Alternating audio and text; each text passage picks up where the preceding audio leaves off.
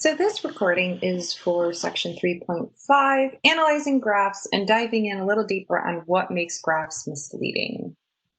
All right, let's see if we can get this in presentation mode.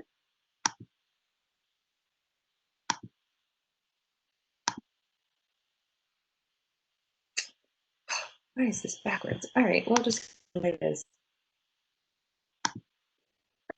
So we want to take a look at some things that make graphs misleading. So for every graph should be properly labeled with an appropriate title that tells you exactly what type of information is being. Without a title, you're really kind of at a loss of what exactly you're looking at, and that defeats the purpose of the graph. Also, if a graph has a horizontal and vertical axis, these should also be labeled and should include the unit of measurement when necessary for understanding the data. So for quantitative data especially, make sure you have a lot of labels, but all vertical axes should be labeled, whether they're frequency or relative frequency, and in some cases percent. When examining graphs in the media, it is very important to consider the source of the information. Okay, for example, who is telling the story? I'm sure we've heard a lot about fake news over the years, and unfortunately, there is a lot of faux pas out there. If you take a look and Google on YouTube on some of the bloopers, so to speak, for news, you'll see that they're always not that truthful. They're not very forthcoming. There are definitely some cases where stories are being told and they've hired actors to pretend to be victims. There's actually an entire strand following this one actress who was supposedly in the Las Vegas shooting. She was also in the Boston Marathon bombing. She was also at the Newtown shootout. So, ironically, she's at every natural disaster. She has a different wig on. She has a different accent. She has a different name, and it's sad to see that news people will fabricate their victims just so that they have a great story. But it's out there and it's true. So you really do have to be careful of what is the source of your story and what is the data coming from. So we need to also make sure that we can pick the appropriate graph. So a lot of chapter 3 we spent with splitting up the differences between qualitative and quantitative data and the different graphs to display those data values. So bar graphs and pie charts, remember, are for qualitative data, categorical data. Histogram, stem and leaf, and dot plot were all for quantitative data. Line graphs are different. Line graphs are used for time series data. Which we talked about in chapter 2, I think. So time series data is data that happens over a timeline, over a period of time. So when your x-axis, your horizontal axis, is a timeline, not just a number line, then that should be appropriate to use a line graph for time series data. Another feature to keep in mind when analyzing graphs is whether the graph is scaled appropriately. So for example, if a lot of the graph is going by ones at first, 0, 1, 2, 3, 4, 5, and then all of a sudden starts skipping 10, 20, 30, 40, well, that is going to skew the image in the graph and can definitely make a difference in how you interpret it when you take your snapshot of the graph. So you want to make sure that there's an appropriate and consistent scale. If you stretch or shrink the scale, again, we showed an example of that in a previous video where we were talking about how the scale does not start at 0, how that zooms in at the top of the bars and makes the gap between the bars seem more dramatic than they would be if you were scaled appropriately. It is often useful to transform data by replacing a variable in the dataset by a function of that variable so that the distribution is easier to work with or interpret. And that would be using a log transformation. So we don't necessarily do log transformations in Stats 1, but for those of you who are interested in data science or going into an analytical field, this is used commonly when you are working with graphs to use a log transformation on the axis in order to visualize the data.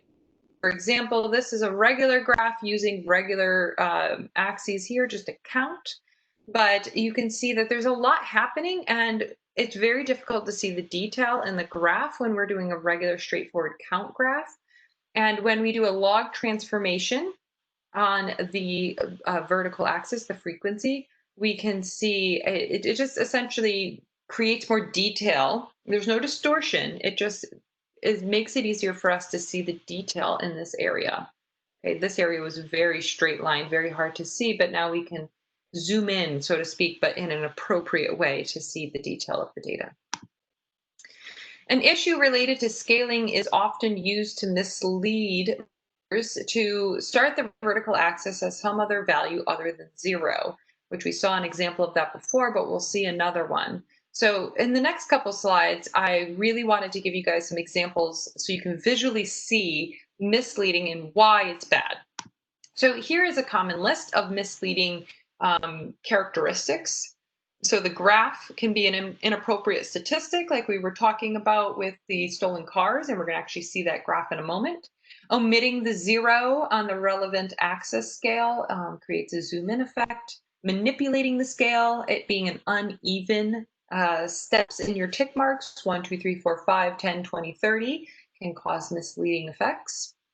Using two-dimensional to emphasize a one-dimensional difference, careless combination of categories in a bar graph, inaccuracies in relative lengths of bars, meaning a scale was not used. You're just throwing out oh, this is a really big bar and this is a really short bar. Bias, distortion, or embellishment of the data, and unclear labeling. So let's take a look at some examples of these elements that create misleading graphs. Remember, the point of learning all this stuff in our everyday lives is for understanding what we're looking at on the internet and being able to determine whether what we're looking at actually properly represents data so that we can make or tell a story. So here, I talked about this in a previous video. If we look at the count of stolen cars, remember, count of stolen cars does not take into effect that we're comparing countries of different sizes, different populations. So Italy has far less people than the United States. So of course, if all of their cars were stolen in Italy, it still would not amount to the amount of cars in the United States. So Italy might be at 100%, but still wouldn't beat out the count of United States because we just have more people. So if you're looking at the count, the United States looks horrible. There's over 1 million stolen cars in the United States. You would see that country as, oh my gosh, I definitely do not want um, to go to the United States. I feel like my car is going to get stolen. Now, this isn't a misleading graph in the fact that it does start at 0, so this gap between the bar is appropriate. But the problem is that we're comparing counts of stolen cars amongst different populations, and that's not that's not really showing who has a higher crime rate because we have more cars, so there's more cars to be stolen, if that makes sense. So appropriately, we should be comparing their proportions. So again, we take the number of stolen cars and divide it by the total of cars in that country, and we see that the United States is not even in the top 5 anymore. Now, Australia, okay, they have less than 1%, but they have the highest proportion of stolen cars in their country. So that is a better statistic to use. So looking at the statistic and making sure the right statistic is being used to make comparisons is really important. Omitting the 0, we had an example like this if we were comparing groups, Democrat, Republican, and Independent. If I omitted the 0 and zoomed into the top of the bar, it makes the Democrats look impressive.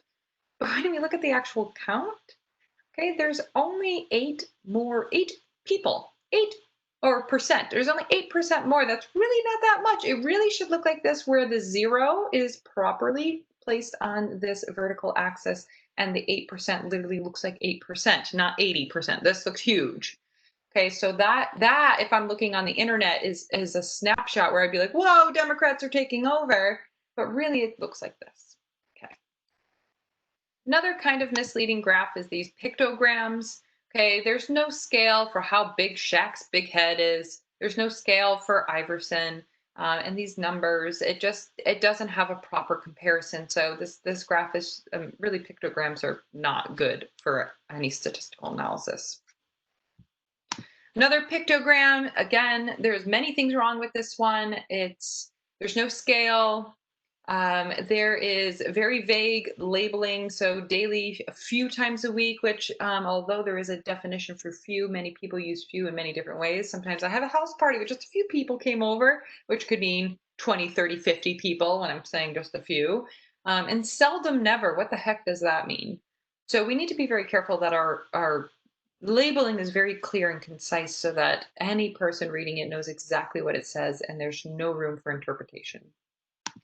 And here's a good example of what looks like a good bar chart, but unfortunately, there is no scale whatsoever. And you're seeing that the gap of 127, which is over double 52, should be over twice as long as this bar, and it's not. So maybe somebody has something against the Yankees and they didn't want them to look as impressive.